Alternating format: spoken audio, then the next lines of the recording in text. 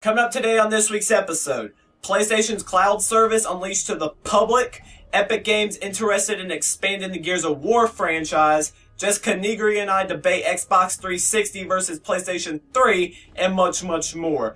This is Nick's Gaming View. Welcome to Nick's Gaming View, y'all. We're gonna have a good time. Hello everybody, welcome to Nick's Gaming View episode number 40. You're here with your host, Nick McCandless. Now, PS3 firmware 3.60 unleashes Sony's PlayStation Cloud service. On Thursday, March 10th, Sony released firmware 3.60 for the PlayStation 3, unlocking the heavily rumored PlayStation Cloud service. Free to PlayStation Plus subscribers, users are given 150 megabytes of space to upload their game saves to the cloud, allowing users to feel secure about their progress and access the files from other PS3 consoles. So this is a great idea, and the PlayStation Cloud name has been rumored forever. It's finally here, and it's a great idea. The only problem is 150 megabytes is not enough space. Last generation would have been fine, but this generation where game saves are 5 megabytes, 6 megabytes, even more, doesn't quite cut it if you have a large game collection. Could Sony expand it later on? I wouldn't be surprised. We'll just have to wait and see. Now, Epic Games is interested in expanding the Gears of War franchise. So Mike Capps, president of Epic Games, not only revealed that he would love to have the Gears of War franchise on the PS3, but the franchise still contains a lot of space for a different story. He claims there are no current plans on what they're doing next, but the sales of Gears of War 3 will help determine the fate of the franchise. To all the Gears of War fanatics out there, yeah, I'm staring at you, Jessica. Be sure you go pick up Gears of War 3 when it launches at the end of the year, exclusively on the Xbox 360. Gears of War is a great franchise. Gears of War 3 more than likely is going to be an amazing title. It's going to sell millions, no doubt. Let's encourage Epic Games to continue the franchise. Will it possibly go multi-platform with the PS3? We'll have to see what happens. That's business talk. That's money. We'll just have to wait and see what happens. Now, SOCOM 4 beta dates have been revealed. So, Phase 1 of the SOCOM 4 beta will begin on March 15th, with eligible players being contacted for further details. Phase 2 will begin March 22nd, and all PlayStation Plus members will be able to join in on the tactical action. March 29th, Phase 3 will take place, where users will be able to redeem their voucher included with Killzone 3 to join the fun. Finally, on April 5th, the beta will go open, becoming a free download through the PlayStation Network. Once everyone has had their chance to experience SOCOM 4 for the first time, Zipper Interactive will shut the beta down on April 13th to conclude their beta testing. So SOCOM 4 is easily one of the most highly anticipated games launching this year. Zipper Interactive is back at it again. They're the ones that started the SOCOM franchise. They're bringing it back. We'll all get our hands on the game for the first time next month. Very much looking forward to it. So that concludes it for the video game news this week. Now it's time to head into what you all are waiting for. Jessica Nigri and I debate over the Xbox 360 and PlayStation 3, and maybe a couple other things. You'll have to wait and see. I'll be right back. Welcome to Nick's Gaming View, y'all. We're gonna have a good time. Wait. Now go. What's up, everybody? It's Nick here from thegameraccess.com and host of Nick's Gaming View. I'm here once again with Jessica Nigri. If you watched the show a couple weeks ago, you would already know the basics about her. I had an interview with her. But today we're going to be debating the PS3 versus the Xbox 360. She's going to be on the Xbox 360 side. I'm going to be on the PS3 side. So, the debate's already over, I know, but we're going to go ahead and get started. And since ladies are first, we'll go ahead and let Jessica try to prove her point. My points. Alright, well, I think we should talk about the controllers first. Basically, I think the Xbox is more form-fitting to your hand, and the bumpers are easily accessible. Well, not accessible, but they are. I've heard people say that the PS3 triggers are a little, like, stiff and stuff, so we don't like stiff things on our controllers, but we do like stiff things. Okay, so, don't know really how to respond to that, but as far as the 360 controller goes, I feel like it's like I'm holding a brick. I don't want to feel like, I mean, I'm like this trying to play the game. The PS3 controller, I feel, is more conformed to the hand. It's not quite as big as the Xbox 360 controller. It's all opinion, though, but... It's the same size. It's actually the same size. It's just longer. It's how it's formed, though. Your hand is supposed to sit like this, unless you're so used to, like, holding tight little tiny things in your hands, you know? Not me. I mean, it's been quite some time since I had to worry about that. That was like 10 years ago, so that no longer exists. But what are you even talking about? See, she's trying to catch me right now. She's confusing me now. But yeah, you gotta have some good girth when you're holding your controller, because then you can sit there and you can hold on to it and play with it that way. You gotta hold on to the girthy play thing. When I'm playing games, I prefer not to hold things with a massive amount of girth. That's for other times. Playing games, puts you in the game. Yeah, puts you in the game. And also, when you rage and you throw the Xbox 360 controller, it won't shatter. It's like a brick. See, I don't really throw my PlayStation controller. I really don't get that mad, so I can't really say anything about that. But you said breaking. The 360 has a problem called the Red Ring of Death. It had for what? 4 years? Like. No, dude, the warranty on the 360 is like 3 years, so it doesn't even matter. And why would people go out and rebuy them if it's like not a good state, not a good console? You know, people. Yeah, it has the Red Ring of Death. Amazing products take a little while to kind of work their way up, and they have faults. They fix them. And Microsoft is amazing with customer service, so they totally refund you and get you a new box and everything. So it doesn't even matter. The argument is moot. Wait, so you said every device has faults. I got a PS3 like right when it came out, and I didn't really run into any faults. So, well, you said I got a PS3 right when it came out. That's your first fault right there. Oh, see, all that G for that piece of. Okay, so we're going to go ahead and get into the price of this. Let's go ahead and get down to the price. We're going to talk about price at this current point, not 4 or 5 years ago. We're in the future now. So... baby, get your Xbox for free. Okay, so price. I know Jessica's going to go ahead and say, oh, the 360's cheaper. You can get it for $200. That's not the case. Yes, you can pick one up. Online, because the online's better than PS3. But, no, we'll get into the online later on. Give me a second. Yeah, we'll hop into the online. Let's go ahead and continue with the price, though, because I'm going to go ahead and smash your point right here. So, $200 get you a 360. Hey, when you get to the point, why does it smash your wallet, right? Smash my wallet. Well, at least when I got it, it's a device that's still up to date. The 360 only plays DVDs. My PS3 plays Blu-ray. So, your device can't play high-definition movies. It's gay. Oh my god. So she clearly doesn't like to watch movies, as she said Blu-ray is gay, because if you had the choice between standard definition TV and high definition TV, the obvious choice is high definition. So it's the same case with movies. I get my movies online for free. I don't have to pay for Blu-ray. See, I don't support such a thing. That is bad. That is very bad. Roll with us, man. I don't support such a thing. Blu-rays, you get 1080p high definition. Blu-ray is one of the reasons why the PS3 justified its price. At the time, it was $600. Yes, that is a large chunk of cash. But it was the cheapest Blu-ray player on the market. So if you wanted a Blu-ray player, what do you get? The PlayStation 3. At $600 at its time, it was justified. Today, you can get a PS3 for $300. You can get an Xbox 360, where you can't really do much for $200 because you only got 4 gigs of space. You get to like hang out with all your friends online and stuff, and like have a totally awesome time. When the PS3 has totally crappy online stuff. Crappy online. Crappy online. Why would you say it's crappy? I'm really interested to see what you have to say. Well, I've heard from people that PS3 online is total crap. Which is not true, but okay, continue.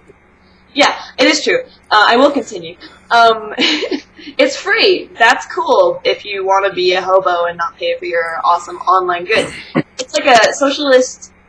it's like a socialist thing. If you're not going to pay for something, it's going to be crappy. If you're going to pay for something, you're going to pay for the awesomeness, that Microsoft has dedicated and put into the online gaming because they're more focused on bringing you together with your friends instead of being home alone crying to yourself, you know? Now, while I'll go ahead and give you the fact that Xbox Live currently is the better online service, PlayStation service is far from crappy, and I'm going to go ahead and explain why. So, when it first came out, it had a decent amount of problems. And now, that's no longer the case. Say that again? What did you say? I didn't hear you. Problems? No, I said I do not have problems with any of the games that... See, Anyways, I do not have many issues with the games. With the games on multiplayer. I don't know what she's doing right now. I don't want to know. But as far as multiplayer goes, can't even concentrate. With the multiplayer, most of the games I've played recently, I have not had any problems with. Killzone 3, which is one of the best shooters, works perfectly. Okay, see, she's a hater. Works perfectly online. I've ran into little to no problems at all. Same with Uncharted. Uncharted's better than Gears. She knows that deep down, but she won't admit it. But as far as an online experience goes, it may not have all the community features that Xbox Live has, but what PlayStation does have that Xbox does not is the most community-based software out there, PlayStation Home, where you can go into a virtual world and talk to people who have PlayStation 3 consoles. You cannot do that on 360. Now you may say, oh, they have these avatars and you can make them look like this, and nobody really cares about those avatars, to be honest. Okay, so at least you'll admit that. But on PlayStation Home, you can actually use your character that you build and walk into a 3D world, play games with people, communicate. It doesn't look like me. It's going to reflect my self-image and how I really feel about myself inside. I'm going to go to a virtual world and totally talk to all these other virtual people and totally have a fake life. That's the same. 360, or I'm going to get an Xbox 360 and go and talk online to my real friends. You can do the same thing in PlayStation Home. Just invite your real friends in. It's the same. It's the same thing. Hang out, just hang out. Well, okay, same thing with 360. Why don't you just hang out together? It's the same thing. Because we be Conan noobs, fool. And you can play games in PlayStation Home. You can actually launch from PlayStation Home into a game. So you can launch up and say, hey, what game you guys want to play? We'll play this. Okay, automatically launch into the game automatically. All through PlayStation Home. It's completely free.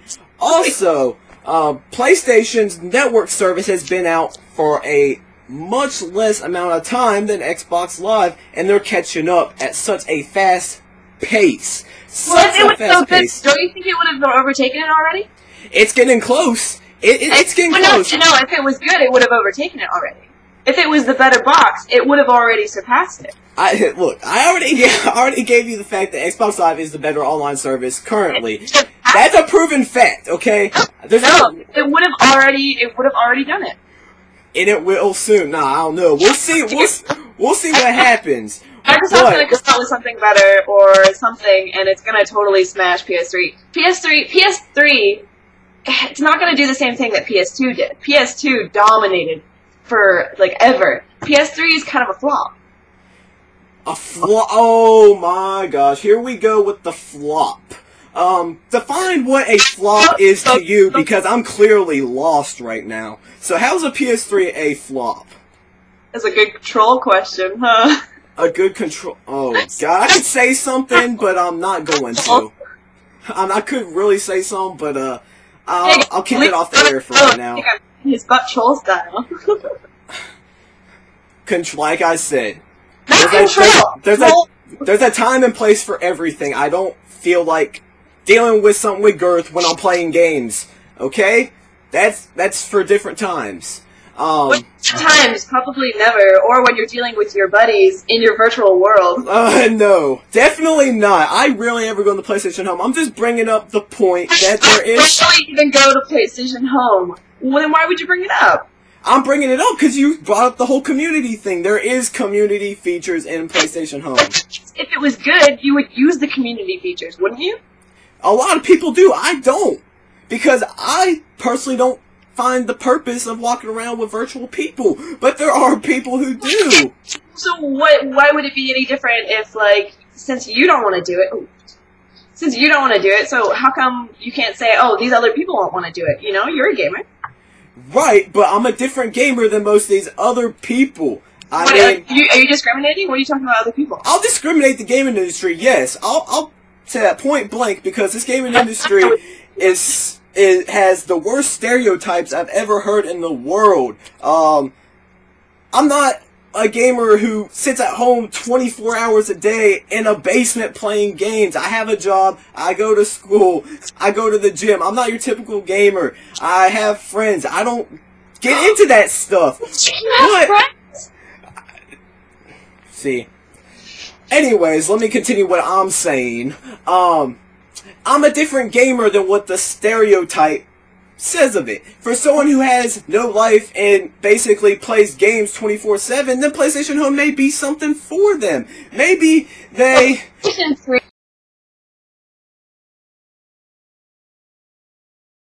So, personally, I don't build a relationship with video game characters. Uncharted is clearly the better game. Let me go ahead and explain it why, and then Jessica can try to come back with something. Uncharted, if you're a graphics whore, you love how a game looks, Uncharted blows Gears of War out the water. Uncharted looks absolutely incredible. When it comes to story, Uncharted blows Gears of War out the water once again. Uncharted's story is so good that they're making a high-budget film about it. They're doing Gears of War too. Yeah, but it's gonna be actors you've never heard of. It's gonna be one of these underground movies, and no, they're gonna do good with it.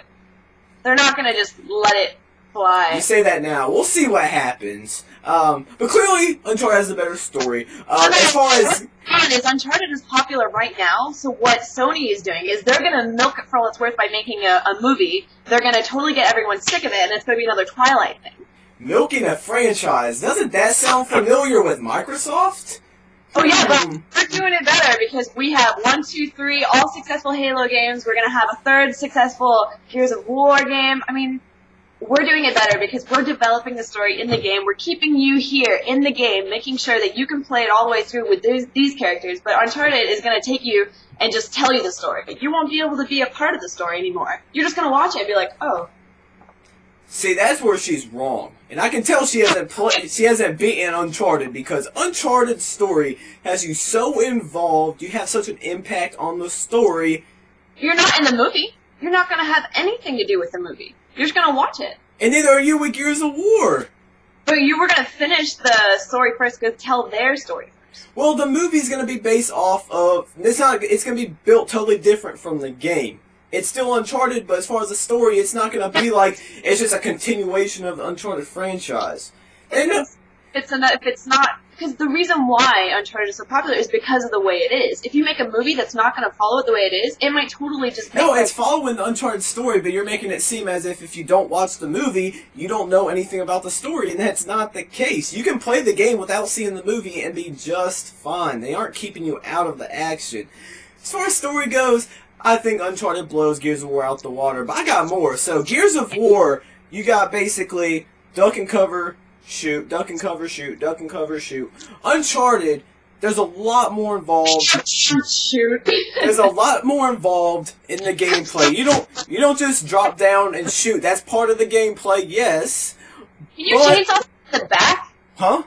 Can you chainsaw someone in the back? No, but that's not what Uncharted... That's not what Uncharted aims to do. Uncharted, you have a whole diverse environment. You can do a lot more. You're in a more open world, so you're able to do more. So as far as example, Uncharted 2, let me just bring that up. You jump in train to train, you're killing people. Then you hit a Jeep, you got people following you, you're shooting behind. Gears of War, you don't have that.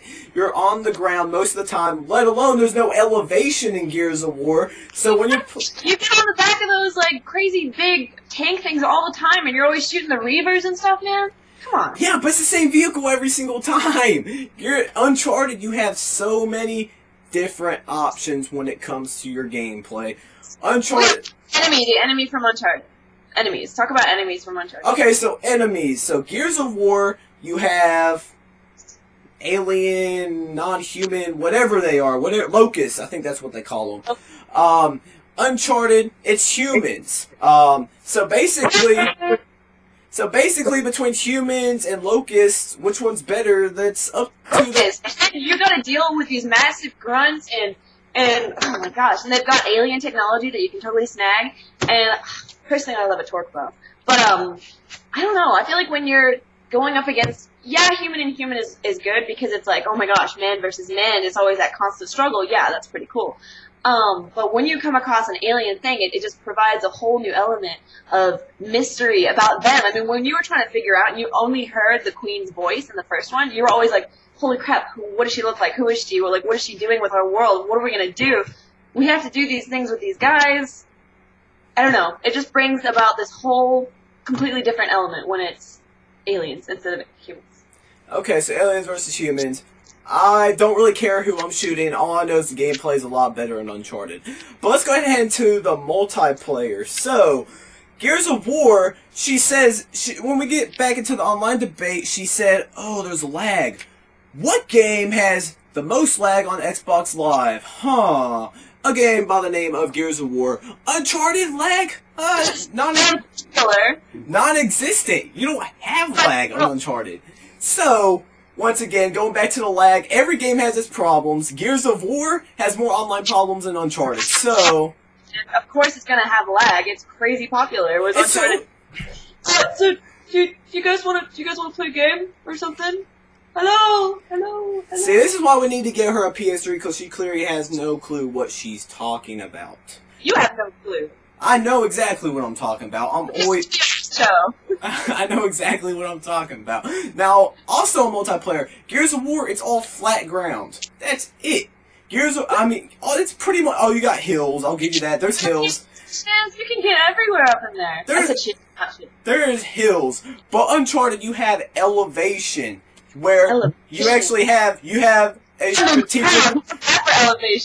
strategic approach to how you play the game. You can snipe. You can play the ground game. Uncharted, you run around cutting people up and shooting them.